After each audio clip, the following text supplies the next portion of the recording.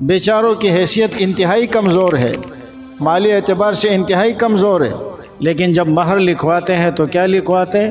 کروڑوں میں۔ ان سے پوچھتے ہیں کہ بھائی اتنے کروڑوں میں مہر کیوں لکھوایا؟ کہتے ہیں کہ جی کون دیتا ہے، لکھنے میں کیا حرج ہے، یہ لوگ دیکھ لیں گے خوش ہو جائیں گے، دیتا تو کوئی نہیں ہے۔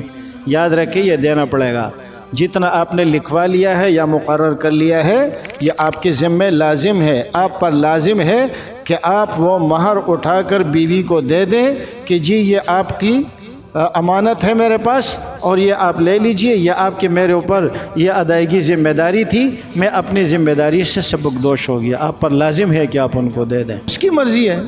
بعض دفعہ عورت اپنی خوش دلی سے سوچتی ہے کہ میں مہر لے کے کیا کروں گی، یہ میرا شوہر ہے، مجھے ان سے محبت ہے، میری زندگی کے معاملات کے کفیل یہی ہے، وہ کہتے نہیں جی میں واپس کر دیتی ہوں، تو وہ اس کا اپنا حق ہے، وہ اپنی مرضی سے طیب دل سے خوشی سے چھوڑتی ہے تو ٹھیک ہے، لیکن اگر آپ زبردستی اس سے مہر چھوڑواتے ہیں تو یہ جائز نہیں ہے۔ ہم کہتے ہیں نا معاف کرانا، بیوی سے معاف کرا لیا، یہ کرا لیا کا جو لفظ ہے نا یہ زبردستی کی دلیل ہے۔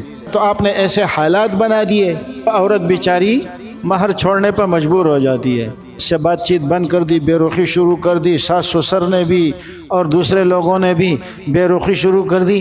بھائی جب نہیں دے سکتا تھا تو رکھا کیوں؟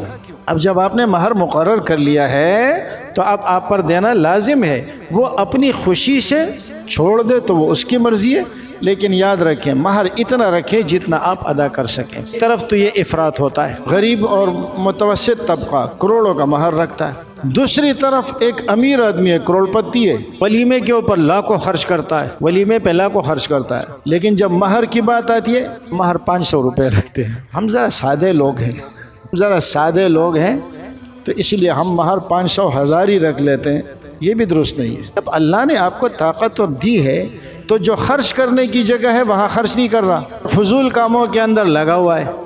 پھر پوچھتے ہیں مہر شرعی کیا ہے؟ یاد رکھیں شریعت نے مہر کی کوئی مقدار مقرر نہیں کی، کم از کم 10 درہم اس زمانے کے اعتبار سے، کم از کم 10 درہم، اور زیادہ سے زیادہ میں نے آپ کو بتایا کہ وہ آپ کے استطاعت پہ چھوڑا ہے۔ تو مہر کی شرعی حیثیت یہ ہے کہ وہ آپ کے استطاعت پہ ہے۔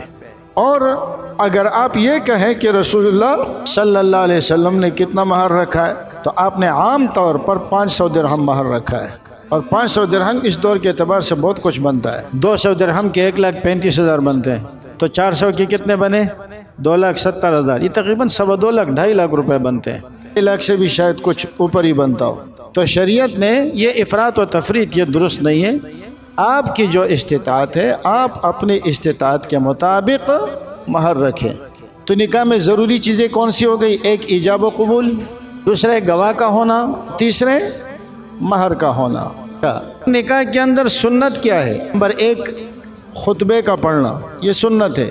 اگر خطبے کے بغیر بھی ایجاب و قبول ہو گیا گواہوں کے سامنے تو نکاح ہو گیا، لیکن خطبہ پڑھنا اس میں مسنون ہے۔ دوسرا چوہارے لوٹانا، چوہارے تقسیم کرنا سنت نہیں ہے، سنت کیا ہے؟ چوہارے لوٹانا۔ لوٹانے کا کیا مطلب ہے؟ یوں نبی علیہ السلام نکاح کے بعد چوہارے اٹھا کے یوں مجلس پر پھینک دیتے تھے، اور لوگ پھر اس کو تاکہ تھوڑا بہت ہلا گلا بھی ہو جائے لوگ اس کو وصول کر لیتے تھے۔ اور تیسرا ہے ولیمہ۔ تو خطبہ، چوہارے لوٹانا اور ولیمہ، یہ نکاح کی سنتیں ہیں۔ پھر نکاح کی شرائط جیسے میں نے آپ کو بتایا بہت ساری ہے، بنیادی یہی تھی جو میں نے آپ کو بتائی۔